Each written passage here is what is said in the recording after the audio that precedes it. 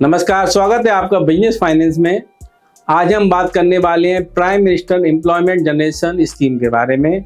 आज हम स्कीम के objective, eligibility criteria, subsidy, rate of interest, document required और इसे अप्लाई कैसे करना है, इन सबको डिटेल में समझेंगे।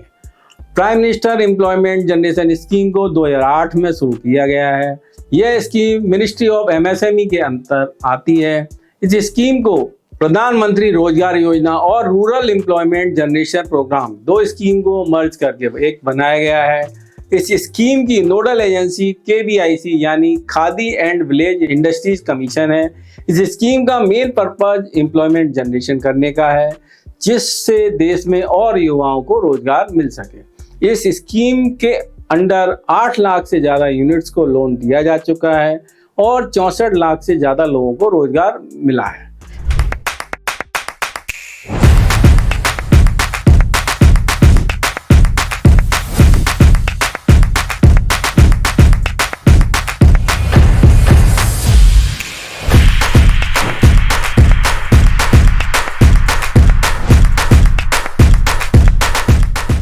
इस स्कीम को शुरू करने के पीछे कुछ ऑब्जेक्टिव हैं, जैसे कि नए सेल्फ एम्प्लॉयड वेंचर्स, प्रोजेक्ट्स और माइक्रो इंटरप्राइजेज एस्टेब्लिश हों, जिसके जरिए रूरल और अर्बन एरिया में एम्प्लॉयमेंट अपॉर्चुनिटी को जनरेट किया जा सके। ट्रेडिशनल आर्टिसन को एक साथ लाना और रूरल और अर्बन अनएम्प्लॉयमेंट यूथ को उन नेटिव प्लेस पर ही सेल्फ एम्प्लॉयमेंट की अपॉर्चुनिटी प्रोवाइड करना।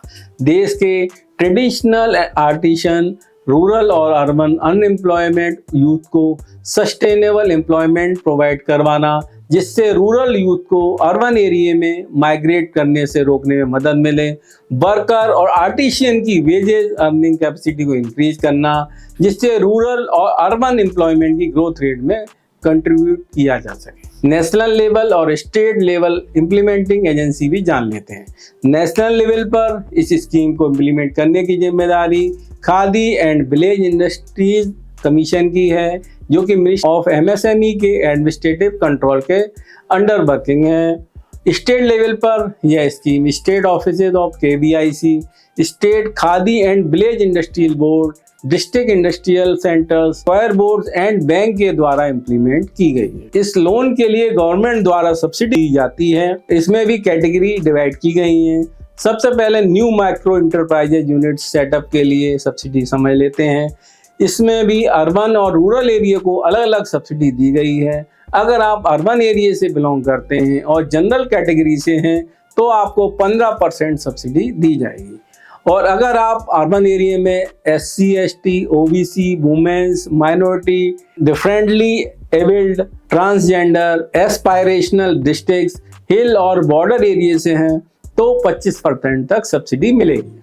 अगर आप रूरल एरिया से बिलोंग करते हैं और जनरल कैटेगरी से हैं तो आपको 25% सब्सिडी दी जाएगी। और अगर आप रूरल एरिया में SC, ST, womens, minority, differently abled, transgender, aspirational district, hill और बॉर्डर एरिया से हैं तो आपको 35% तक सब्सिडी मिलेगी। अगर बेनिफिशियरी जनरल कैटेगरी से है तो उसे प्रोजेक्ट कॉस्ट का 10% खुद कंट्रीब्यूट करना होगा। अगर beneficiary minority, women, ex serviceman, transgender, differently abled, NER, aspirational district, hill और बॉर्डर एरिया से हैं तो उसे प्रोजेक्ट कॉस्ट का 5% खुद कंट्रीब्यूट करना होगा। सबसे पहले हम अर्बन एरिया में जनरल कैटेगरी को मिलने वाली सब्सिडी को समझेंगे। केस बात मान लेते हैं कि एक प्रोजेक्ट की कॉस्ट 50 लाख रुपए है। इसमें बेनिफिशियरी को प्रोजेक्ट कॉस्ट में मार्जिन मनी मिनिमम 10% कंट्रीब्यूट करना होगा, तो बैंक बेनिफिशियरी को 45 लाख रुपए तक का प्रोजेक्ट लोन देगा। इसमें 15% तक की सब्सिडी भी मिल जाएगी, यानी कि 7.50 लाख। Case number 2। अब केस 2 की बात करते हैं, जिसमें हम रूरल एरिया में जनरल कैटेगरी को मिलने वाली सब्सिडी को समझेंगे। प्रोजेक्ट की कॉस्ट को 50 लाख मान लेते हैं। इसमें बेनिफिशियरी को प्रोजेक्ट कॉस्ट में मार्जिन मनी 10% खुद कंट्रीब्यूट करनी होगी, तो बैंक बेनिफिशियरी को 45 लाख रुपए का प्रोजेक्ट लोन सैंक्शन कर देगा। इसमें बेनिफिशियरी को 25% तक की सब्सिडी मिल जाएगी, यानी कि 12.50 लाख रुपए। केस नंबर 3, अब अर्बन एरिया में SC/ST, women, minority, differently abled, transgender, aspirational district, hill और बॉर्डर एरिया के लोगों को मिलने वाली सब्सिडी की बात करते हैं। इसमें अभी प्रोजेक्ट की कॉस्ट को 50 लाख रुपए मान लेते हैं। इसमें बेनिफिशियरी को प्रोजेक्ट कॉस्ट में मार्जिन मनी 5% खुद कंट्रीब्यूट करना पड़ेगा, तो बैंक बेनिफिशियरी को 47.50 लाख तक का प्रोजेक्ट लोन सैंक्शन कर सकता है। इस केस में मिलने वाली सब्सिडी 25% तक मिल जाएगी, यानी कि 12.50 लाख रुपए। केस नंबर 4, लास्ट हम रूरल एरिया में SC/ST, women, minority, differently abled, transgender, aspirational district, hill और बॉर्डर एरिया के लोगों को मिलने वाली सब्सिडी की बात कर लेते हैं। इसमें भी प्रोजेक्ट की कॉस्ट को 50 लाख मान लेते हैं।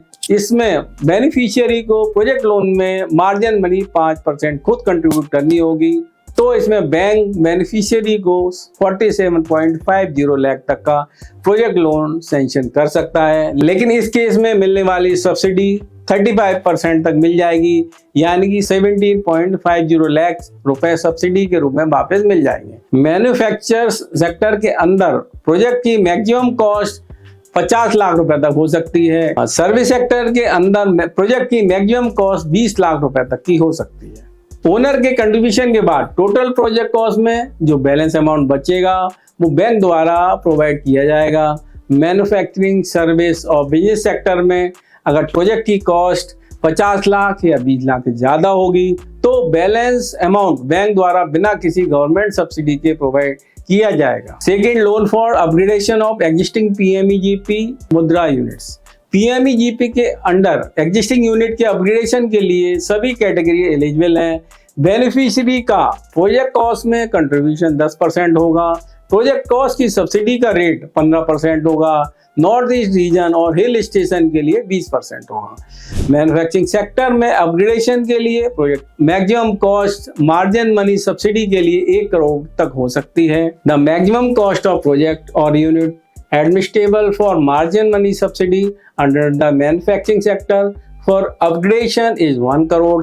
The maximum subsidy would be 15 lakh rupees and 20 lakh rupees for NER or hill estates. The maximum cost of the project admissible for margin money subsidy under the service sector for upgradation is 25 lakhs.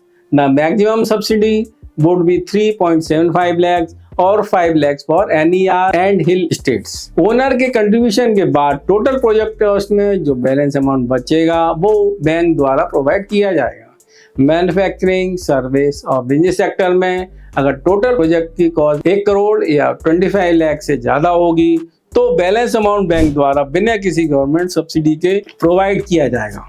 अब इस scheme में apply करने के eligible criteria भी समझते हैं। New enterprises setup के लिए PMEGP के अंडर लोन लेना चाहते हैं तो इंडिविजुअल की एज 18 साल से ज़्यादा नहीं होनी चाहिए।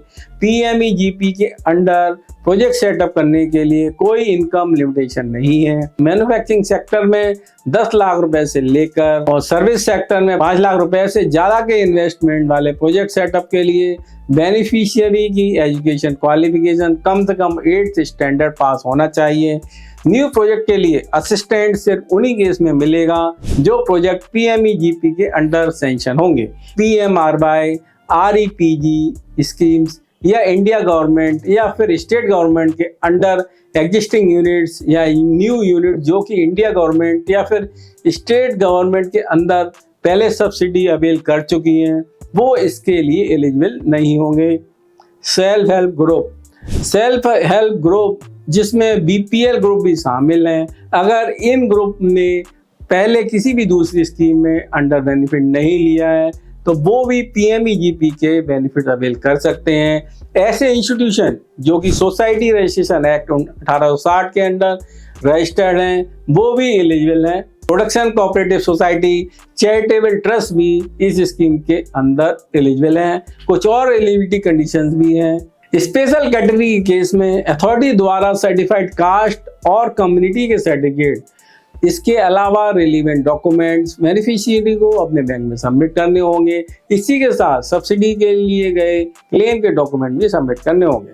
A certified copy of the bylaws of the institution is also required to be present to the margin money claim whenever necessary. Project cost में कैपिटल एक्सपेंडिचर और वर्किंग कैपिटल की एक साइकिल भी इंक्लूड होनी चाहिए। जिन प्रोजेक्ट में capital expenditure include नहीं होंगे ऐसे प्रोजेक्ट इस स्कीम के अंदर फाइनेंस के लिए एलिजिबल नहीं है। जिन प्रोजेक्ट की कॉस्ट 5 लाख से ज़्यादा है और उन्हें वर्किंग कैपिटल की रिक्वायरमेंट नहीं है, उन्हें रीजनल ऑफिस या बैंक की ब्रांच से क्लियरेंस लेनी होगी और अपने क्लेम को अप्रूवल की सर्टिफाइड कॉपी के साथ सबमिट करना होगा। प्रोजेक्ट कॉस्ट में लैंड की कॉस्ट इंक्लूड नहीं होगी। PMEGP सभी न्यू वाइबल माइक्रो इंटरप्राइजेज के लिए एप्लीकेबल है, जिसमें विलेज में इंडस्ट्रियल प्रोजेक्ट भी शामिल हैं। कुछ विलेज इंडस्ट्रीज की नेगेटिव लिस्ट में शामिल हैं जो इस स्कीम के लिए वाइबल नहीं है। एग्जिस्टिंग और ओल्ड यूनिट भी जो इस स्कीम के लिए एलिजिबल नहीं है। नेक्स्ट हम बात करते हैं रेट ऑफ इंटरेस्ट और रिपेमेंट शेड्यूल की। PMEGP में normal rate of interest he charge किया जाता है, इसलिए सही रेट ऑफ इंटरेस्ट जानने के लिए आप अपने बैंक में कांटेक्ट कर सकते हैं। फिर बात आती है रिपेमेंट शेड्यूल की, तो इसके लिए 3 से 7 साल तक का वक्त बैंक द्वारा दिया जा सकता है। डॉक्यूमेंट रिक्वायरमेंट समझ लेते हैं। Aadhaar card, voter I card, PAN card, caste certificate, special category certificate, rural area certificate, bank details, education details, skill development training certificate, Udyog Aadhaar registration, project report is mandatory. Institution के case में self attested copy upload करनी होगी। Registration certificate, authorisation letter, copy of the bylaws, authorising secretary certificate for the special category if required. Loan apply करने के लिए मैं आपको कुछ जनरल पॉइंट्स ही बताता हूँ। 1/5/2016 के बाद से कोई भी मैनुअल एप्लीकेशन अलाउड नहीं है। ऑनलाइन एप्लीकेशन को मैंडेटरी कर दिया गया है। इंडिविजुअल और इंस्टीट्यूशन एप्लीकेशन के लिए 2 separate online application forms available हैं। इनिशियल रजिस्ट्रेशन के समय एप्लीकेशन को यूजर आईडी और पासवर्ड भी प्रोवाइड किया गया है। इसका यूज एप्लीकेशन स्टेटस ट्रैकिंग के लिए किया जाता है। Application ID financial application submission के टाइम मिलता है। एप्लीकेशन फॉर्म फिल करने के लिए हर कॉलम के साइड में गाइडलाइन भी प्रोवाइड की गई हैं। एप्लीकेशन फॉर्म में एक लिंक भी दिया गया है जिससे एप्लीकेंट टेम्पलेट के बेसिस पर खुद प्रोजेक्ट रिपोर्ट भी रेडी कर सकता है। अब हम बात करते हैं कि किस तरह इसे ऑनलाइन अप्लाई कर सकते हैं। मैं आपको ऑनलाइन पोर्टल पर ले चलता हूं। उम्मीद है आपको वीडियो पसंद आई होगी। वीडियो को लाइक और सब्सक्राइब जरूर करें। अगर आप अभी तक चैनल को सब्सक्राइब नहीं किया है तो कर लीजिए ताकि आपको लेटेस्ट वीडियो की नोटिफिकेशन मिलती रहे। अगर आप इस स्कीम में अप्लाई करना चाहते हैं तो सेम प्रोसेस फॉलो करें और अगर आपको कोई दिक्कत आ रही है तो आप कमेंट बॉक्स में मेंशन करें। मेरी टीम आपकी पूरी मदद करेगी।